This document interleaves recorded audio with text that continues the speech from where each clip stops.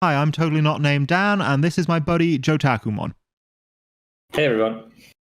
Except this is actually what he looked like in my previous video with him, which was a real pain in the neck to edit, and, well, clearly wasn't the best way of doing his character. So instead, we're switching over to a new look for him. Ta-da! The new animated Jotakumon. Well, not actually animated, but you know what I mean. Oh, I thought it was animated now. That would be great. I mean, I can animate him in this sense. I can take him, and I can move him, do-do-do-do-do-do-do, and he bounces along the screen. Okay. But that's just stupid, right? See, I couldn't see that. I just could see your mouse on Tabletop Simulator moving around. Right, yeah, because you're not actually watching the video I'm recording right now. But that's how that all works. Let's swap over to the Tabletop Simulator table that Jonah just mentioned and get on with what we're actually doing today. Explaining his brand new tournament deck. Yeah. Should I just go ahead? Yeah, go ahead. Grab out the first card. Right. So I'll just quickly explain what it is. It is basically a D-Brigade deck. So the idea is just to rush through the opponent really quickly while at the same time just destroying everything they have, which is pretty fun. Well, for me at least. So it starts out with kind of what you'd expect. We got a Missymon over here. Buffs your D-Brigade. We only got the one Missymon though, because you got a rather better egg, don't you? I do, yeah. Technically, there's another better deck which we'll mention later, but there's this one egg which we play 4 times. Pagumon. Yeah, this is probably the best egg in black, to be honest. Yeah, it's not a great egg, but it's the best in black. I mean, yeah, it's strictly worse than all the eggs which say, on condition, draw a card. Exactly, yeah. But it still gets you all those black Digimon that you need to draw. It really helps smooth out your rush deck and just make up for the fact that the rush gives you a lack of card advantage. Yeah, exactly. So the whole thing is, if it deletes, then I get to top the card from my deck, and if it's a black Digimon, I get to keep it. And given that you will delete your Digimon all the time by attacking or being attacked, especially because you're going to attack a lot, you're going to constantly be deleted, and you're constantly getting or searching for more cards. Yeah. So then the next card would be, well, the first, I guess, star of the show, Commandramon. Yeah. You want to put that down a little bit? So that we got eggs on top, rookies, and basically just order them by level. Okay, that seems fair. So, well, it's just a 4-cost 5k Commandramon. Yeah, strong. It's just a great big Agumon with a gun and some nice Digi camo. Yeah, it's better Agumon. I do appreciate that they use Digi camo for it because it's just so on theme, you know? Yeah, we'll see why these matter in a second. Well, I think everybody knows why Commandramon matters. Probably, yeah. And then we have these low costs, just 2-cost Commandramon. Yeah. Again, so these presumably the ones that you digivolve into. These are the ones that you play. Certainly of the no ability ones, the vanilla ones. Yeah, exactly. They have no effects. It's really just high DP and low cost. But what you really want to be digivolving into is this one, the rare one. Yes. Because this one means you now have 2 on deletion triggers. Yeah, so this one, when it gets deleted, I get to search the top 3 cards of my deck, and if there's a Commandramon there, I get to play a Commandramon.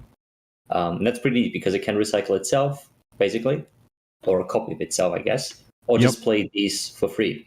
So the idea is to just keep attacking with these Commandramon, it deletes, and on next turn, you already have another Commandramon. And that will be relevant for another thing that we'll get to in a second, but I guess most players already know what it is. When we get to your Megas, it'll be real obvious why Commandramon's cool. Yeah. And so the next one is another Commandramon, again, 4 of them. Yep. So he can also be played by this Commandramon. Yep. So this has this has worse stats than your 2-cost, but the cost of your 4-cost, because this one's also a blocker. Yes. And it's a blocker with no cost on attacking, yeah. Yeah, which is pretty good. It's the low DP can be pretty bad, can be pretty annoying, but it's still really good to have. And the low DP means it's going to get deleted, but who gives a damn about that when your whole plan is being deleted? Yeah, basically. It stops an attack from the opponent, or it does the attack itself. And so my next card is just pretty much just the standard 5-cost blocker, but if you look at the type, is it the type or the attribute? It says D-Brigade, and that's where it matters. Yes. Because all these are D-Brigades, all the Commandramon our D-Brigades. Yeah, it works with that. It works with Missimon, although it only buffs it during your turn with Missimon, so it doesn't help it block better. It doesn't help block it. No, that's true. Every now and then I do attack with it. Rarely, but it is reasonable to do so. Right, and then here's... And then straight to Mega, yeah. Here's why we care about this. There is an ultimate D-Brigade card, which is called Tanjramon. Basically, if a D-Brigade deletes, I can search top 2 cards and play a Commandramon, but it's not really going to be efficient in this deck. So no, it's way too costly for the rush, isn't it? Yes. So we go straight up to Darkramon. So, yeah, and by straight up to, that's not we Digivolve to it, that's we hard play this Mega, because it potentially costs 3 if you have 5 D-Brigade in your trash. Yeah, correct. So you do need 3 memory to play it, because you need to play proper play cost 13. But when you play it, it has an effect where you can search up to 5 D-Brigades in your trash, put them on the top of your deck, and then you get into memory back for each. So that's up to 10 Digimon. Absolutely. Sorry, up to 10 memory, yes. Oh, yeah, and 10 memory. The other cool thing is this one has a rush. So if well, you have the other cool thing is, now that you've stacked all those D-Brigades, your Commandramon is definitely going to hit something. Yeah. Which is pretty nice. And then... But yeah, it's essentially a 3-cost rush Digimon. Which is wild for an 11k. Ideally, you just put one of these 3-cost Commandramon on top again, and then next time you attack with it, it just destroys, and you get another Commandramon back. Which is pretty nice. It's also pretty nice to recycle things if there is a risk of decking out, which has been really helpful in the past with things like security control. Yeah, that's pretty good. So that's very standard. This is nothing new, except for this is a standard D-Brigade rush build, except for the Pagumon, which is just what BT6 brings to D-Brigade. It's not a special U thing or anything. It's just exactly. a new card that works well in the deck. And we had these since Darkramon released, the first 3 rookies, BT4, and then the blocker came in with BT5, which is pretty nice. So now is where things get more interesting. We start off with a Dracomon. So Dracomon, I'm noticing you're only running 2 of these, whereas you're running 4 of just about everything else. Yeah. Initially, I did run 4 of these. I replaced it with something. I'll get to that in a second. You could run 4 of these. It makes sense. Because what Dracomon does on play is that it searches for anything which has Dramon in its name, which, of course, is every single Commandramon, because they're better than Agumon in that regard. Sealstramon and Darkramon. And if you were to run Tankdramon, then that one as well. And there are a few other things you can search up with it as well, but we'll get to those. And then Dracomon's evolution. Quadramon. Yeah. Which, as you can see, it's a Dramon. He can find it. He can find it, but... and on play, it draws 2 cards, but the thing is, this has a security effect, which plays itself. Plays itself and draws those 2 cards. Yeah. So it's just on security, draw 2 cards and attack an extra time. Exactly. Which is really, really busted. And it's nice to have this blue Digimon, so you could always evolve into it if you just want to draw a card for 2 cost. Yeah. Now the reason why I removed 2 of the Dracomon, Gabumon. Given I play a few blue, instead of playing 4 Dracomon, I play 2 Gabumon. Gabumon on play just draws a card, and that is important because it is nice to get to the Dramon when we need it. But sometimes you just want to draw the next card, and you don't want good cards which aren't Dramon to get to the bottom of the deck. Yeah. We'll get to that in a second. Good cards primarily being your options, I reckon. Because it looks like most of your Digimon are Dramon. Pretty much. Yeah, Gabumon is a very classic rookie rush card as well. Yeah. I used to play 4 of them in my deck. EX1 will be interesting because it allows you to draw 2 cards within black. I'm not sure. We probably won't get to that now, but at some point we might get to EX1, which will be really funny. It'll be interesting to see what EX1 brings for all of our decks, really. Yeah. Because I know it's going to make my Danjamin a lot better. Yeah, true. Right. And now, since... yes, our Ultra... So, remember, Quadramon has security effect. Well, why not just stack all these security effects? We play 3 Omnimons Word D, which on security plays itself. That's it. I mean, that's not doing as much as Quadramon is, straight up, but also, it's a 13k. Yeah, a 13k, which on security just plays itself. And it backswings and deletes whatever your opponent attacked with. And you can just talk Quadramon, which is nice. On deletion, it deletes your opponent's Digimon as well. Yeah, and on Digivolving, it deletes one of your opponent's Tamers. Oh, and it goes on top of Darkramon. Oh, that's sweet. Yeah, so you play Darkramon, for 3, ideally, and then you go straight into Omnimon Zwart D and you delete opponent's Digimon Tamer, and you make sure that they're not tempted to delete your thing, because Yeah, then because it's if they delete your thing, they lose their own. And there's another combination with that which works really well. We're getting that in a second. Right, the reason I play 3 Omnimon only is it is nice to have one removal option in there, Millenniumon. Yeah, a Millenniumon, I play this in my Danjamin deck. Millenniumon puts the opponent's Digimon on the bottom of the deck. Yeah. It doesn't return to hand, which some things say no to, and it doesn't delete, which a lot of things say no to. Yeah. So it doesn't trigger any of your opponent's on deletion effects. It just gets rid of their Digimon. And I mean, worst comes to the worst, yes, you've stopped them milling out, but that's the only condition under which that's a bad thing, because it makes it so much harder for them to get the card back. If you get them to that last card, you're going to mill them out other ways.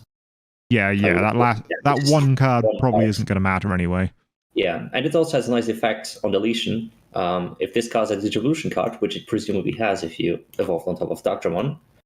Yeah, unless you're against blue. It just plays itself, which is pretty nice. Yeah, absolutely. So definitely my favorite ultimate. Ultra. You could definitely run 4 Zwart D and a Millenniumon, or you could run 4 and no Millenniumon. There's a lot of combinations there, like a lot of optimization that this might still require, but this works pretty well. I've hit quite a lot of Zwart D in security. Every now and then I hit a Millenniumon in security, which is 13k. That's not too bad. Yeah, I mean, it's a big security card. It's still not too bad. Yeah, that's pretty good. And it's important because we have things to delete stuff. But the problem is things like Craniumon, which can't be deleted, or which does not allow for blockers to be deleted. Yeah, I mean, Craniumon is the biggest thing that Millenniumon takes out. Yeah, essentially, yeah. It's also quite helpful for any Mega Zoo thing. Anything with the Mega is just played straight up, because we'll get to that in a second. Shuts down a lot of Omnimons as well, which is nice. All right, so now our first Tamer, or Tamers, plural, I guess. Our ship Tamer. For quite obvious reasons. If your opponent has 2 or more Digimon playing K2 memory, that's just great. That's just all around good. And I've seen it being played in decks which aren't even black. There are so many of these cards which are, if blank, then you get into memory, and it's based on what your opponent does. But having 2 or more Digimon is going to happen all the time. Yeah, and if it doesn't, it means that your opponent forced themselves not to play more Digimon, which is kind of in your favor as well, I guess. Yeah, exactly. Especially in a deck like this, which is a rush deck, your opponent needs to go wide to stop you. Yeah, exactly. So if they're not playing 2 or more Digimon, they're shooting themselves in the foot. Exactly. The moment they play something like a Mechanorimon, which is bad for me usually, now they don't have anything to attack with, they have to play another thing. Now they get me memory. There's like no way around that. Exactly. When they try to build up a bunch of blockers, they just give you memory all the time. That's pretty good. And then the other effect, if a black Digimon on the opponent's turn is deleted, I get to draw a card. So if I attack with this 5k, for instance, and it doesn't die, then next turn if your opponent tries to delete it, then I just get to draw a card. Or if I hard play one of these cards and then they delete it before I can attack with it, I can draw a card. Yeah. Which is really good because black is terrible with draw. Yeah, that little bit of extra card draw is wonderful. Because, black's not great with draw at all, but also Rookie Rush, which is kind of what this is not great with draw at all. The funny part is I bricked really hard with this deck and never really had any issues anyway. Always was able to do something, so draw is really not a problem with this deck. No, you've got your search, you've got your straight up draw, you've got your draw here, you've got your sort of semi-draw with Pagumon. Yeah. You've got plenty of outs for your lack of draw, but the build, had you not actively worked around it, would have a lack of draw. May well end up running out of hand. It would be quite difficult for you. Yeah. So the next card, maybe that's why cards like this matter. Is a blue memory resetter. We're playing Matt here. And I think you might have guessed why. If we're playing blue Digimon anyway, we might as well play some blue options. Not too many, because we don't want to break, but we can play a few of them. And Matt guarantees your blue options a bit. But also, Matt's just better than Izzy. Izzy. That depends on how you built your deck. If you were not to build these blue cards, Izzy would be really good, actually. Yeah, obviously, Izzy is great in mono black, because especially, he comes off security, you play him straight down, you gain a memory if you've got 3 black on top. Yeah. He's pretty darn good in that regard. But Matt gives me that extra thing where if I play one of these Digimon hard, on my turn, so unfortunately the security effect doesn't work. But if I play these hard on my turn, then I can, if I want, trash the illusion source of the opponent, which I might want, but not always. You'll see why. Yeah, it might be relevant, but also it's just big that Izzy doesn't give you things when you have blue. And yeah, this may not seem like a vast amount of blue, but it's very easy to hit one blue in amongst everything else, or one white from one of your ultras. Yeah, I did the maths on that, and I think there was like a 15 or 30% chance that I actually get that memory if Izzy comes from security. I think it was a 30% chance, which is not good at all. Something crazy like that, yeah. Yeah, I remember it was 13%, yeah, because I thought it was a 15% hammer spark because it only gives you half the memory in that case. 30% chance in this deck that Izzy would hit a 3 black Digimon. So you can use him. I mean, if that's something you want, sure. I feel like that match will be way better because it gives you access to blue options. A bit more consistency than Digimon give. Because I realized in the past that once people got into my strategy, they kind of deleted my blue Digimon first. So I couldn't play blue. Yeah. I mean, wouldn't you? Save me. That's great. Yeah, especially because you don't want to delete Commandramon. Deleting Commandramon means more chances for Doctor to come out for cheap. Yep. Right, so now we get into our first option card. And our first option card is not blue. It is Ultimate Flare. Ultimate Flare. I used to play 4 of them, play 3 of them for a reason you will see in a second. Well, I mean, the main reason Ultimate Flare is not always optimal is because if your opponent just hard plays their megas, it does nothing. Exactly, yeah. It de-digivolves 3 and then destroys everything with a play cost of 3 or less, which is great against things like Jasmine. I actually really pissed off an opponent at one point who was playing a variation on this deck that was a bit less blue, a bit more mega heavy. And yeah, I just drew nothing but megas in my first hand and went, right, okay, hard play this Danjamin. They hard play their mega. We go back and forth a little bit. And then they try to ultimate flare me. I'm like, well, I've got nothing but hard cast megas on the board. What's it going to do? Yeah. Ultimate Flare is great against anything that builds up decks. So Jasmine just de-digivolve completely and destroy any 3-cost system on, which is fantastic. Ultimate Flare is excellent against any deck that doesn't brick ridiculously. Yeah, exactly. But if your opponent only draws megas, there's nothing you can do with it. Yeah, true. Which is quite funny. If your opponent draws only megas and hard plays them, then you have so much memory to play all these cards. You're really not too fussed about it. But I won that game. Fair. But at that point, you can like play a Quadramon, which is hard for 6, and draw 2 cards. It's still your turn. That's pretty nice. Yeah, absolutely. So, then the next card. That one. Yes. This is the one that does delete all those megas. Yeah, almost all those megas. So if your opponent hard plays 3 Danjamin like I did that game, this just deletes all of them. Because this one doesn't delete one Digimon, it doesn't delete something you choose, it just deletes everything with the highest play cost of your opponent, that is. Now, that can be bad if your opponent's highest play cost says this can't be deleted, or if does something on deletion, or something like that. Yeah. But it can be bad, for instance, generally again, speaking, this is going to be better than any single spot removal. Yeah. It's usually. There's some exceptions. For instance, Lord Nightmon, I think, is an 11 cost or maybe 12 cost, and then you have a lot of 13 costs or ultras, which are obviously 15 costs usually. And you kind of want to delete Lord Nightmon, but you can't because it's the highest play cost. But that's why you hit it with Ultimate Flare, right? That's why I hit it exactly. That's why I have Ultimate Flare and Iron Fist, and you can play 4 of them. It's really a choice. It depends on what you want to do with blue options or how many tamers you want to play. There's a lot of variety here. I play 3 of each because I play also one of these cards. Just one of them. Just one Gawalshama. Yes. So the Kayur Dream of Violence apparently is how it translates. Kind of, yeah. Not dream necessarily as much as someone who dreams as in liking it, you know? Yeah. Like what you would maybe dream what you about. Aspire to. Yeah, you should dream about the crush or something. Yeah, I know it's like a bit more, it's a bit stronger. Yeah. So Gewaltschwärmer deletes all Digimon with a play cost of 7 or lower, and I have to emphasize all Digimon. That includes your Digimon. Yeah. So it deletes all your rookies, but at the same time, some of your rookies want to be deleted. So yeah, so it's a double-edged sword, not the card itself, but that delete all specifically, which makes it a bit better than a double-edged sword, I guess. Which is exactly, you want to delete your Digimon in the first place. You want to delete them because if you have enough of them in trash, you get to play Danjamin. And you also have your Commandramon on deletion, which allows you to play more Commandramon. I did have it, I think, against security control, where I just build up the entire thing. I attacked a bunch of stuff. Now they play from security control, of course. And then you just use Gewaltschau to delete everything you have and everything they have. But then maybe you have 2 Commandramon and it replace 2 of your Commandramon. So this is definitely something I think to consider in any D-Brigade deck. I wouldn't go wild with it. I wouldn't go beyond 2 cards. I mean, it's the classic magic exploit thing. If you play Wrath of God and your opponent loses everything and you just go, well, my creatures just make tokens when they die. So you still have a board.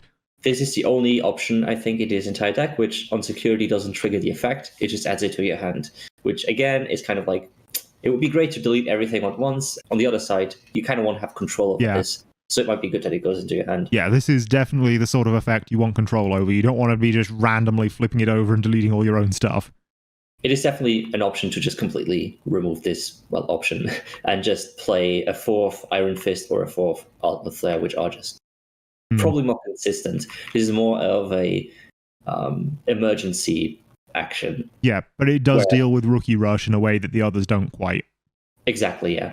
Ultimate Flare can deal with Rookie Rush if the Rookie Rush doesn't have 5 costs. 4 costs, sorry. Or 5 costs even. Bushiagumon. But goddamn Bushiagumon. Also deals with a bunch of blockers, 5-cost blockers, 6-cost blockers, a lot of ultimates actually. A lot of ultimates are 7-cost. It's actually a pretty decent card. So now the other options. Okay, and here's where everything gets way more, I guess, optional. Because there's so many blue options that are worth considering. Oh, there's only one of these, eh? Yeah, exactly. So I only play one of this, one Absolute Blast. It trashes the bottom of the Evolution card of one of your opponent's Digimon, and then returns it to the owner's deck. And the reason why I have this is we have Millenniumon to get rid of Craniamon. We have Ultimate Flare to get rid of Craniamon. But what if Craniamon is just hard played, and then you only have one Millenniumon? Then it's good to have this Absolute Blast, which just puts this to the bottom. Yeah, this is the thing that deals with the hard played megas, even more so than Iron Fisted Onslaught, because Iron Fisted Onslaught is only really useful if they hard play multiple megas. And this is where Matt starts becoming a bit more considerable. Like, now you can consider the whole against the hard play strategy. Playable Digimon Trasher cards. Yeah. Now you can consider this even further. It's a bit. Matt there's definitely a bit of supports that.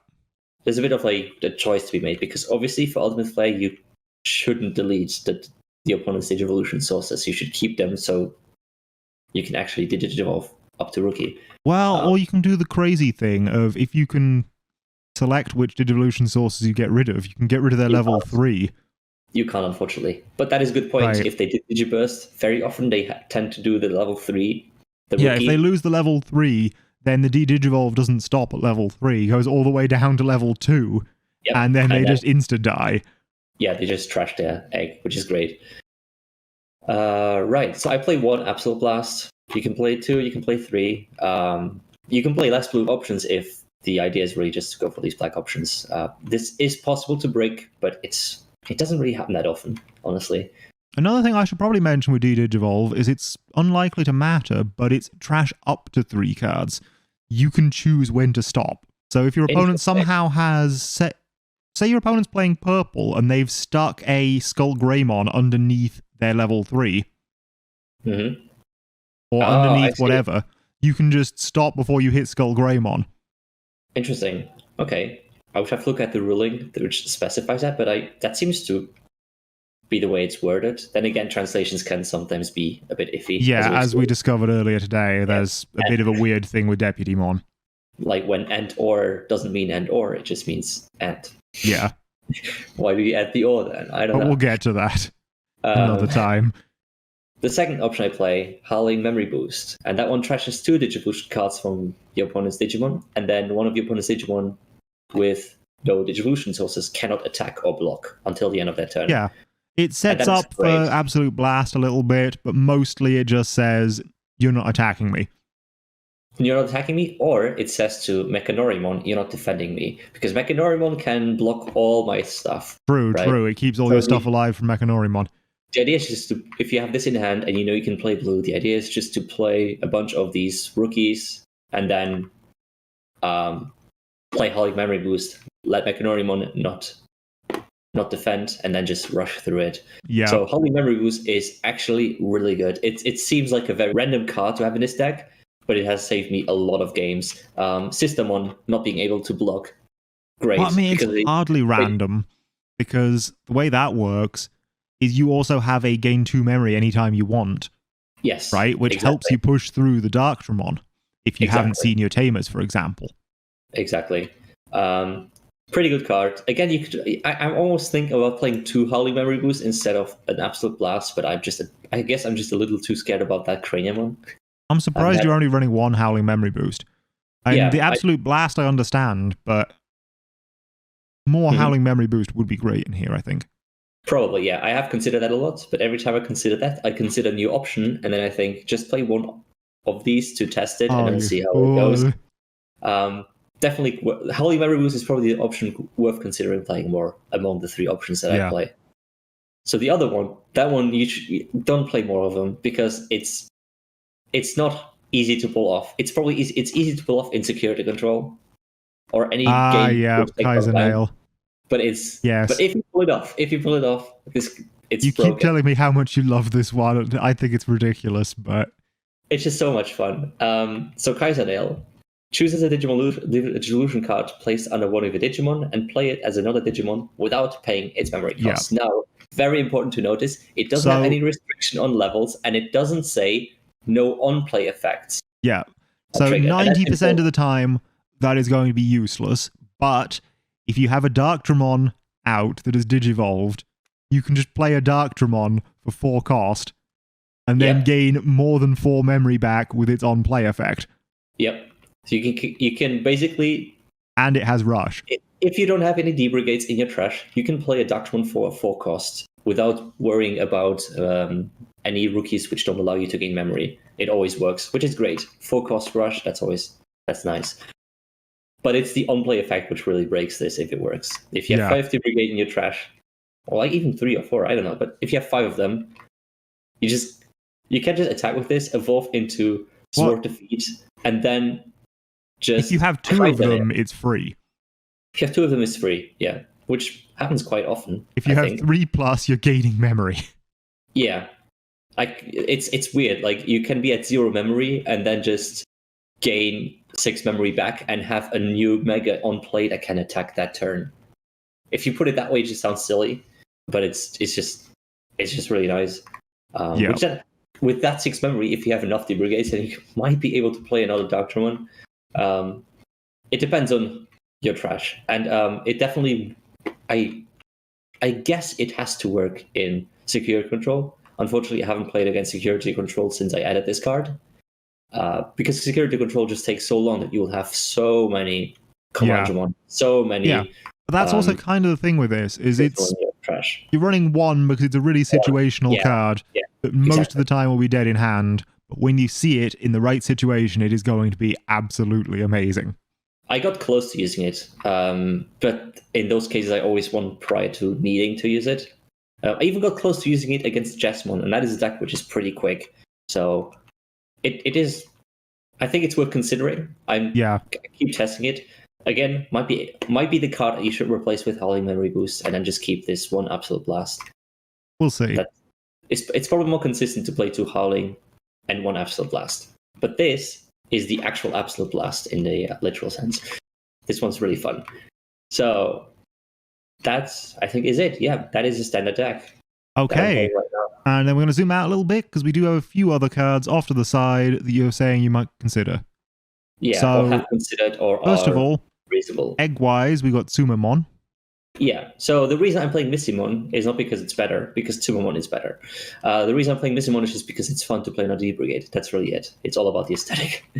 Fair enough. Sumamon. You made a silly choice then. I made a silly choice. It's not the ideal choice. You can excuse it by saying it's more consistent because it's always a D-Brigade. Whereas with Yeah. Sumomon, it's a bit different. With Sumomon, you have to hit 2 Commandramon for it, but yeah, that's usually going to happen.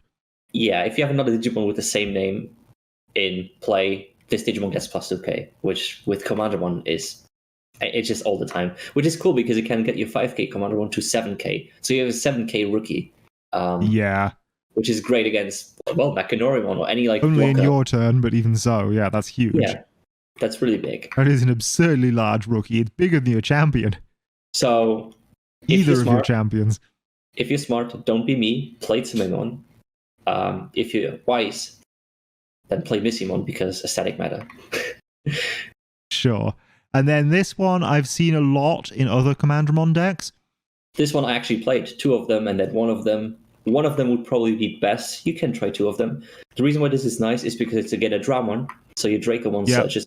Dracomon searches it up, and then you hard play this. It takes your entire turn, gives your opponent a fair bit of memory, but you get 2 recovery off it, so it's very unlikely that they can get anything that's worth 2 security down with that memory. Again, fantastic against security control. They do that, you do that. You just stall. Security control, the idea is stalling, blocking all the time. Recycle your deck with Doctormon. Don't rush in. Just wait out until they deck out. Magnadramon is great. I don't run it anymore because I feel like I rush quickly enough that I don't need it. And in that case, having just the Gabumon instead of Dracomon makes it a bit better. Yeah. And then the other one is Hammerspark, which I ran before instead of Kaisernail. It's just a nice security trap. Yeah, I would argue there's very little reason to play Hammerspark anymore, because Giant Ice Wall is just a better card, but that's EX1, so maybe for the time being, Hammerspark's the way to go. I can imagine people will play sort of higher rate, because Hammerspark allows you to do things on your turn, whereas Giant Ice Wall is more about opponent doesn't do anything on their turn. So you kind of like want to halve it, probably. Hammerspark just gain a memory on play, which is nice if you have Blue Digimon or Blue Tamer out and you need that extra memory to play Doctormon or to just play another Commandramon. I would say if that's the way you want to go, Howling Memory Boost is better, just because Howling Memory Boost gives you 2 memory on your turn. Yeah, and exactly. 2 memory is so much more than 1 memory.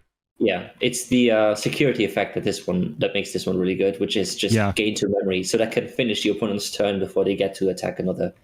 But Giant Ice Wall does that with a more useful secondary effect. It's definitely more defensive. Giant Ice Wall, I think it's lose 2 memory for the opponent loses 2 memory whenever they attack, right? Yeah. They get a secondary effect of Sealsdramon. Yeah, everything gets a secondary effect, even things that aren't in play yet. So everything just gets that effect. And it has the same security effect, gain 2 memory. So Giant Ice Wall, definitely great. It's basically, it's just a nice blocker option, I guess. And more importantly, what are they called? Memory blockers, I guess. The rookies. That's what we can call them. Yeah. They like Ice Wall doesn't care about them because Ice Wall just says the opponent loses to memory. It doesn't say that you gain 2 memory. Exactly. Which is really relevant. Something really nice about this Commander one, the play cost. Yes, because you have a 2, a 3, and a 4. And 3. This is fantastic for 2 reasons. Number one, it's great that 2 of them are 4 cost because then Ultimate Flare cannot delete all of them if you ever hit a Ultimate Flare. It's great that they have different costs because then Iron Fist only deletes the strong ones, but not the weak ones. Yep. And it's great that they have a different cost because, and that's the best one, you can memory stuff your opponent so well right away. It's crazy. So you have 1 memory, you play the 2 cost. You have 2 memory, you play the 3 cost. You have 3 memory, you play the 4 cost, or 2 of the 2 cost. Or a 2 cost, and then you go into Sealsdramon. Like, there's so many combinations. 4 memory, you play a 3 and a 2. For the mathematicians, it's because the greatest common divisor is 1, so everything just works out perfectly. It's real. I mean, this seems like a very innocuous thing to say, but I feel like a lot of people don't really play 2 cost rookies, and they really just go for the 3 cost ones with the on-play effects and inherited effects. And also, a lot of people don't play 4 cost rookies, and they really can change the memory game. And 4 cost rookies are real bad in a lot of ways. Yeah. But being able to guarantee that you can put your opponent to 1 memory is very nice in the early game. And the thing is, very often I can just play it for free, so that's pretty good. Yeah, so the 4 cost doesn't even matter the rest of the time because of this Commandramon. I would definitely, if anyone wanted to try this deck, I would definitely not play the Kaizen right away and try to play a more consistent deck with more removal options. Maybe even play 4 Ultimate Flares and 4 Iron Fist. Remove the Gavouch Spam and remove the Kaizen, just like to get an idea of it. But I think this works pretty well. Well, as I understand, you've had rather more success with it than I did with my last deck, even though my last deck was a little more refined than this appears to be. Yeah, there's always a bit of luck with this because you have to hit the right things in security. You have to, get your rookies. You do have 20 rookies, let's be fair, but sometimes you don't get them. But yeah, it's pretty good. Just rushes to the opponent. The opponents hate it. I hate it. Not literally hate it, but yeah. And also, this is a very cheap deck other than the Swarty. So to be fair, the Swarty is, I have to say, kind of essential. I mean, that's deck. 3 Swarties. That's like 120 quid there. I think they're down to 35 maybe. But yeah, like 40, 120 quid, yeah. And if I got mine from Canada because their exchange rate made it cheaper than buying them over here, even with postage. Yeah, I didn't realize that sometimes if you buy it outside, it's just cheaper for no reason whatsoever, just because of the... Well, apparently the entirety of BT6 is really cheap in America at the moment because they've finally got it. And basically, because they've got it so late, nobody else wants it anymore. Okay, I just checked and it's still at £40, yeah. So that is pretty expensive. Yeah. It is a really good card. It plays in everything black and purple, really. Yeah. I mean... And you run it in yellow just for hitting it off security. It's an Ultra, which digivolts for 3, for starters. It has a security effect that just plays the card. On deletion, it deletes something your opponent, and it's not retaliation, so you can choose what it deletes. And then, of course, if you do properly evolve it, then you get to delete one of your opponent's Tamers, which is great against any Agubond or Gabubond thing where you want to get rid of one of the Tamers, which allow them to do their weird shenanigans. So it's a really good card. Yeah, I do think you could probably get away with changing it out for Millenniumon if you wanted a budget version of this deck, but it is going to be a significant decrease in power level still, because you're not going to be hitting nearly as much off security. Yeah, I initially played 2 Omnimon and 2 Millenniumon, and that was still good, but I felt like that one extra Omnimon made a bit of a difference. Yeah. Not like, it was still really good. Really, really good. It's just like, it makes a difference between second and third place, and then first place, that like... Like one extra Swarty that you get at the end of security or in the middle, and then it just rushes to your opponent. Maybe even worth considering playing 4, honestly. It depends on how paranoid you are about Craniumon plus Mechanorimon, which is why I have Millenniumon and Absolute Blast and Memory Boost. But, well, I mean, those are the things that shut down your deck, aren't they? These are the things that you'd be running in the sideboard if Digimon allowed that. Absolutely, yeah. If Digimon allowed sideboard, I would have a perfect sideboard for Craniumon. But as is, you've put all your sideboard as one-offs in the main deck.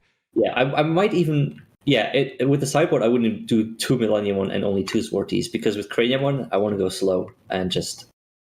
Yeah. That definitely. Sideboard was so great to have. But then again, if sideboards were a thing, everyone would have Mechanorimon and then play it against me. So maybe it's good for me. I have played Mechanorimon, and I have so far never lost against Mechanorimon. So far never lost against blockers with Craniumon, even hard-played ones.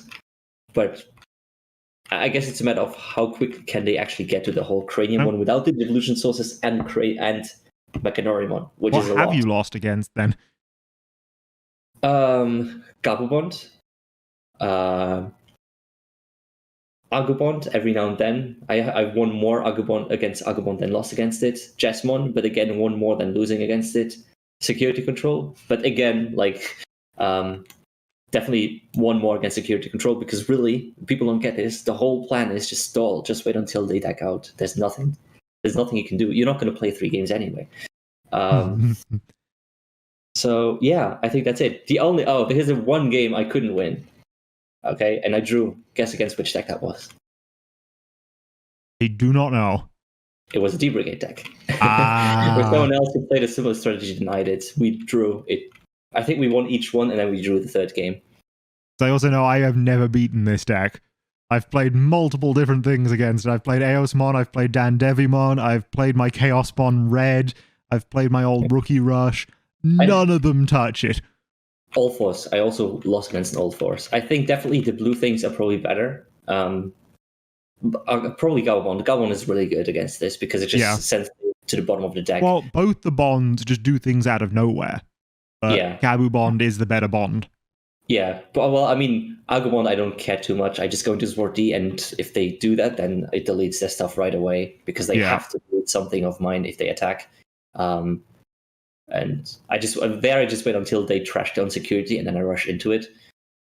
With Gabumon, it's you have to block and you have to stall and wait because you just hit so many tamers in security, and it's annoying because it doesn't delete your stuff. And it gives them a lot of memory.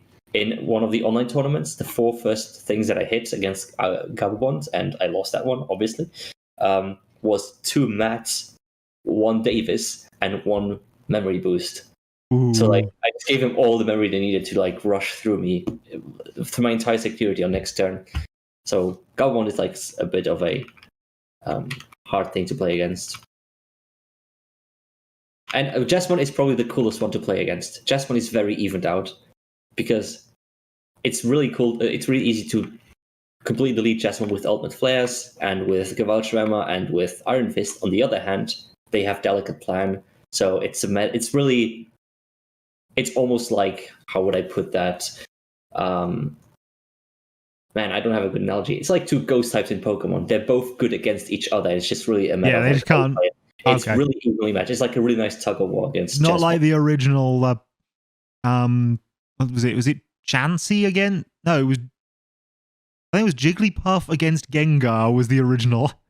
Because could have been Chansey or something, but they had this fight at the start of one of the games just to demonstrate, and neither one of them could actually touch the other. Yeah, it was so dumb.